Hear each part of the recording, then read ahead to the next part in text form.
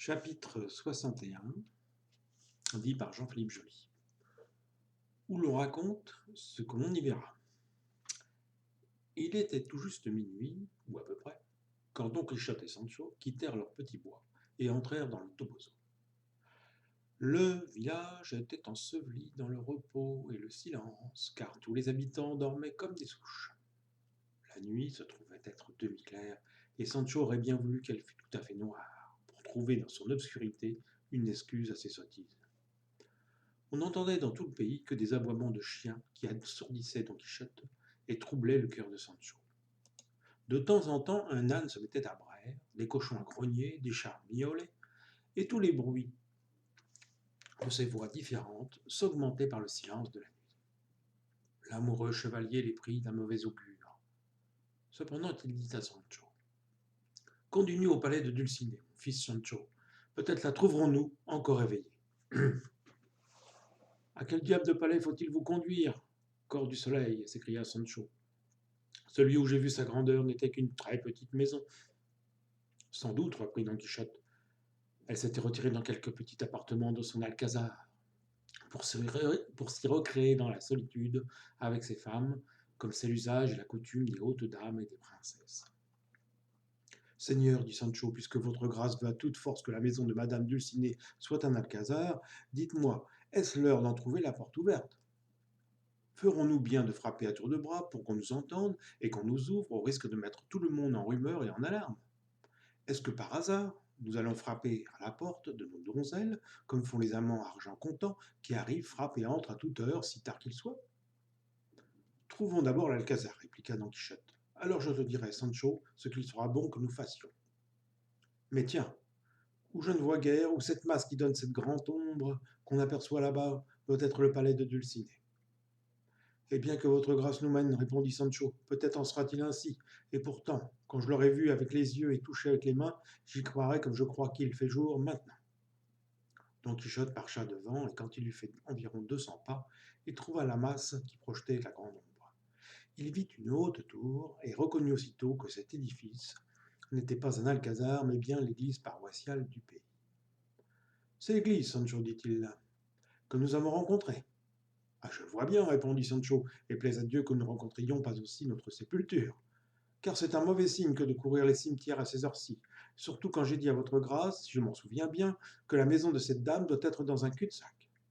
Maudit sois-tu de Dieu, s'écria Don Quichotte. Où donc as-tu trouvé, Nigo, que les alcazars et les palais des rois soient bâtis dans des cul-de-sac? Seigneur, répondit Sancho, à chaque pays sa mode.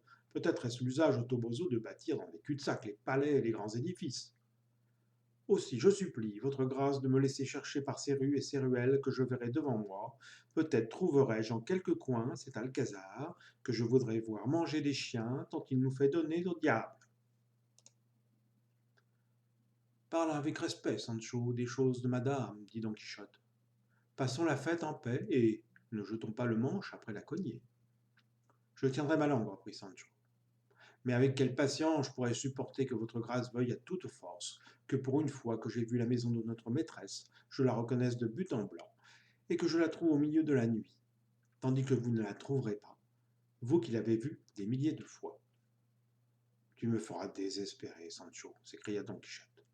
Viens ça, hérétique, ne t'ai-je pas dit 1000 et 1000 fois que de ma vie je n'ai vu la sans pareille Dulcinée, que je n'ai jamais franchi le seuil de son palais, qu'enfin je ne suis amoureux que par ouï dire, et sur la grande renommée qu'elle a de beauté et d'esprit. Maintenant je le saurai, répondit Sancho, et je dis que, puisque votre grâce ne l'a pas vue, moi je ne l'ai pas vue davantage. Cela ne peut être, répliqua Don Quichotte, car tu m'as dit pour le moins que tu l'avais vue criblant du blé, que tu me rapportas la réponse de la lettre que tu lui portas de ma part. Ne faites pas attention à cela, Seigneur, repartit Sancho.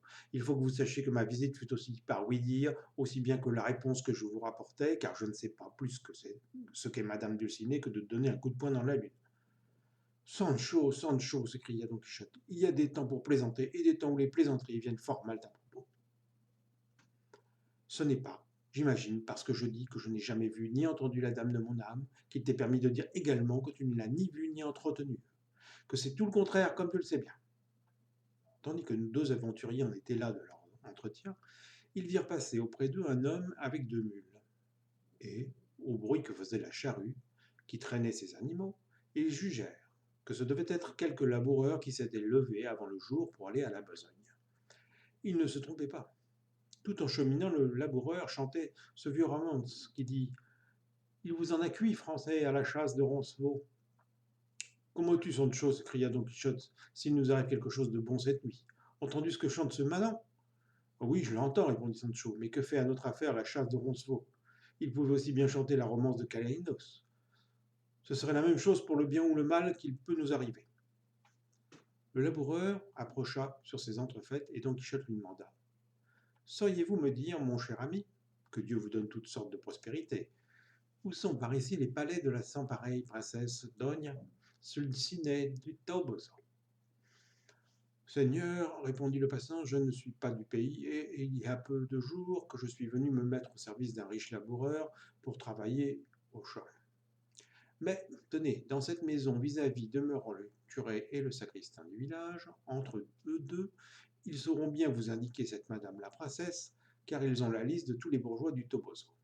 Quoique, à vrai dire, je ne crois pas que dans le pays il demeure une seule princesse, mais beaucoup de dames de qualité, oh, pour le sûr. Donc chacune d'elles peut bien être la princesse dans sa maison. Eh bien, c'est parmi ces dames, reprit Don Quichotte, que doit être mon amie, celle dont je m'informe auprès de vous. Cela se peut bien, reprit le laboureur, mais adieu, car le jour vient. Et fouettant ses mules, il s'en alla, sans attendre d'autres questions. Sancho, qui vit que son maître était indécis et fort peu content, Seigneur, lui dit-il, voilà le jour qui approche. Il ne serait pas prudent que le soleil nous trouvât dans la rue. Il vaut mieux que nous sortions de la ville et que votre grâce s'embusque dans quelque bois près d'ici. Je reviendrai de jour, et je ne laisserai pas un recoin dans le pays où je ne cherche le palais ou l'alcazar de madame. Je serais bien malheureux si je ne le trouvais pas. Et quand je l'aurai trouvé, je parlerai à sa grâce, et je lui dirai où et comment vous attendez qu'elle arrange et règle, de quelle façon vous pouvez l'avoir, sans détriment de son honneur et de sa réputation. Tu as dit, Sancho, s'écria Don Quichotte, un millier de sentences enveloppées dans le cercle de quelques paroles. Je reçois et j'accepte de bon cœur le conseil que tu viens de me donner. Viens, mon fils.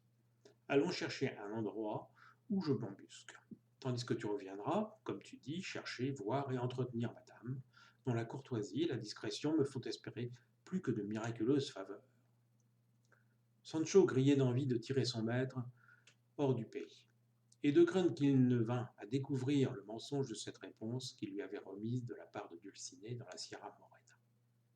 Il se hâta donc de l'emmener, et à 2000 environ, ils trouvèrent un petit bois où Don Quichotte s'embusqua, pendant que Sancho retournait à la ville. Mais il lui arriva dans son ambassade des choses qui demandent et méritent un nouveau crédit.